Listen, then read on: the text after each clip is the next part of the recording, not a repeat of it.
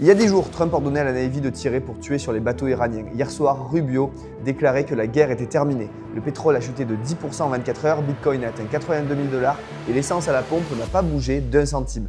Dans cette vidéo, je vais te raconter les 2 semaines les plus folles de cette guerre, comment les marchés ont vécu des montagnes russes absolues entre escalade totale et espoir de paix, pourquoi Bitcoin vient de faire plus 32% depuis son point le plus bas en mars pendant que la plupart des gens regardaient ailleurs, et pourquoi l'essence reste chère malgré la chute du pétrole, et surtout ce que ça dit sur notre système et comment tu dois te positionner face à ça. Salut, c'est Thibaut, bienvenue dans Thibaut des cryptos, ça y est, on commence. Pour comprendre ce qui vient de se passer, il faut regarder et reprendre depuis le début, parce que ces 2 dernières semaines ont été absolument dingues. Le 23 avril, Trump ordonne à la Navy de shot and kill tous les bateaux iraniens qui posent des mines dans le détroit. Le monde retient son souffle et puis lundi 4 mai, l'Iran attaque les Émirats Arabes Unis avec des missiles malgré le ceasefire. Les marchés plongent, le pétrole monte à 107 $ le baril et tout le monde commence à se demander si on est en train de repartir vers une guerre totale.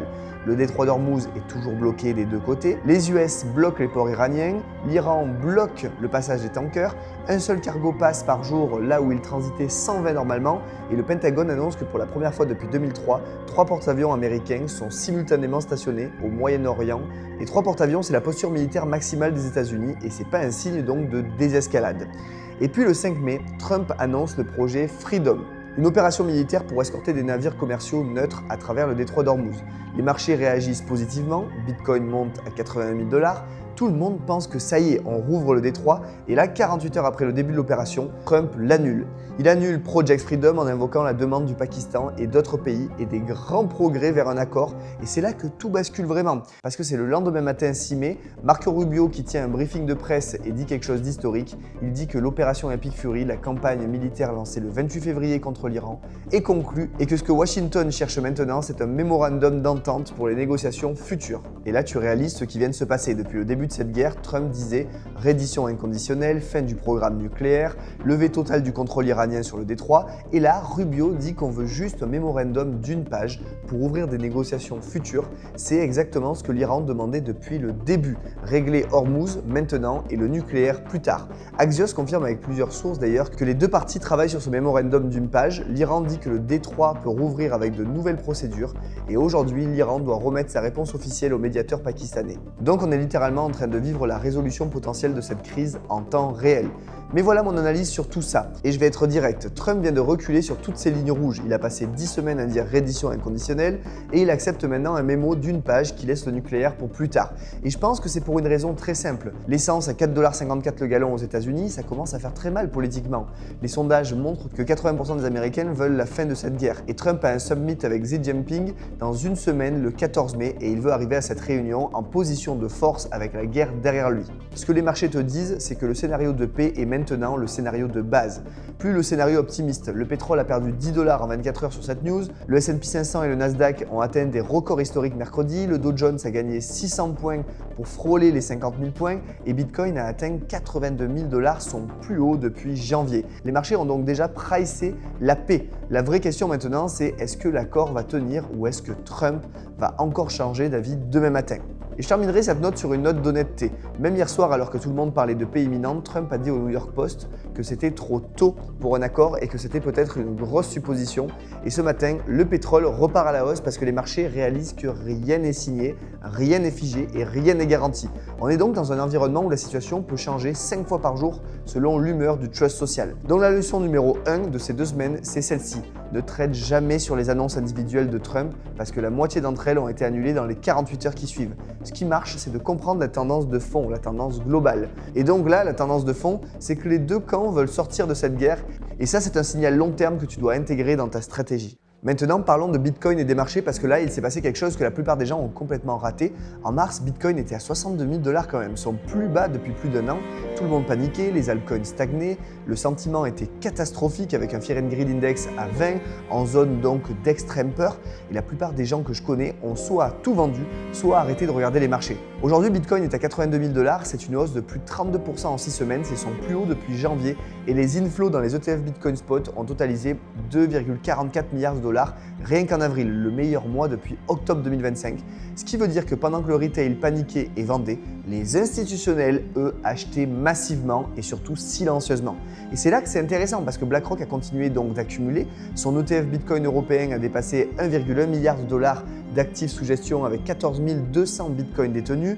Fidelity a ajouté 19 millions en une seule journée le 1er mai et Strategy, ex-MicroStrategy, a ajouté 85 000 bitcoins au premier trimestre, portant son total à 766 970 bitcoins, soit presque quand même 4% de tout le bitcoin qui existera jamais. Et puis le 5 mai, quand Trump annonce Project Freedom et que les espoirs de paix remontent, quelque chose de mécanique s'est produit sur les marchés dérivés. Depuis 30 jours, les funding raise sur les perpetuals étaient négatifs, ce qui veut dire que les spéculateurs short dominaient le marché. Et quand Bitcoin a commencé à monter ses positions, elles ont été forcées de se couvrir, ce qui a accéléré la hausse mécaniquement et violemment. Un seul trader a fermé une position short de 700 bitcoins avec pratiquement 2 millions de dollars de pertes, soit 11 trades gagnants effacés en seulement une sortie. Donc voilà la leçon que tu dois retenir de tout ça. Et c'est la leçon la plus importante que je puisse te donner depuis que j'ai investi en crypto depuis 2016.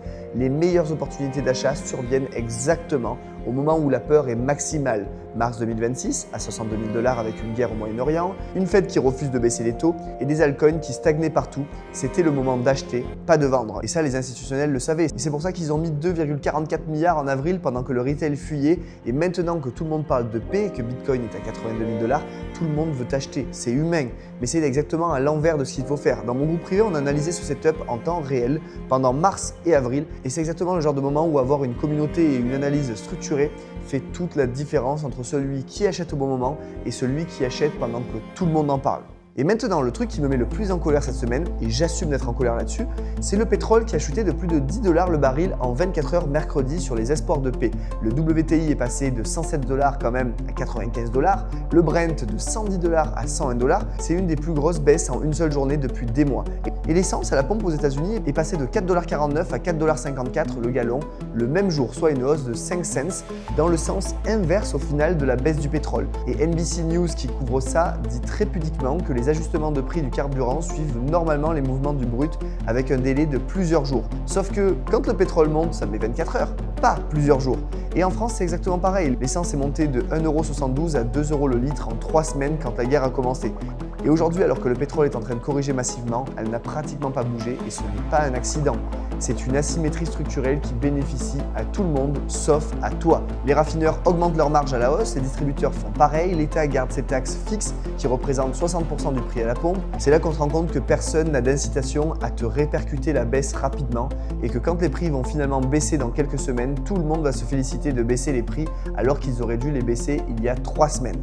Donc qu'est-ce que ça veut dire concrètement pour toi? Ça veut dire que le système ne te protégera jamais de façon symétrique. Il absorbera toujours les crises à tes dépens et restituera les bénéfices le plus lentement possible. Et la seule réponse rationnelle à ça, c'est de hedger toi-même. Concrètement, 1, tu dois comprendre que ton pouvoir d'achat est structurellement attaqué par l'inflation asymétrique, donc tu dois investir une partie de ton épargne dans des actifs qui protègent contre ça. 2, Bitcoin vient de faire plus de 32% en 6 semaines dans un environnement de guerre et d'incertitude maximale parce que les institutionnels continuent d'acheter. Et 3, l'or qui est à 4 700 $ l'once, soit plus de 50% sur un an, te dit que les vrais hedges ne font pas de bruit, mais par contre, ils font leur travail. Il y a donc 3 choses à retenir cette semaine. 1, les marchés ont pricé un accord de paix Iran-USA. Donc si l'accord capote, le pétrole va remonter violemment et les actions vont corriger. Il faut donc rester vigilant et surveiller la réponse iranienne au mémorandum qui arrive aujourd'hui. 2, le Bitcoin à 82 000 $, c'est plus du tout le même point d'entrée optimal. Alors ça ne veut pas dire qu'il ne va pas continuer à monter, ça veut dire que le risque est plus élevé qu'il y a 6 semaines. Dans mon groupe privé de plus de 6 000 membres, on a suivi tout ça en temps réel depuis le début de la guerre. Les alertes sur les opportunités d'achat à 62 000, les analyses sur le pétrole, les positions concrètes sur l'or et Bitcoin et un coach disponible 24/24 pour répondre à tes questions. Les plus gros médias m'ont invité pour représenter ces stratégies. Toi, tu y as accès gratuitement.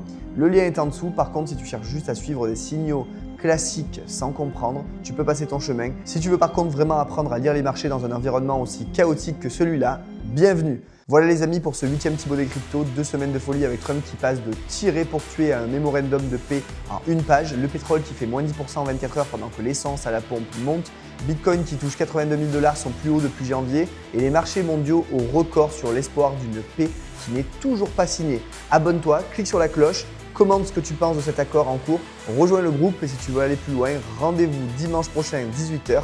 Prenez soin de vous, protégez votre capital et à dimanche.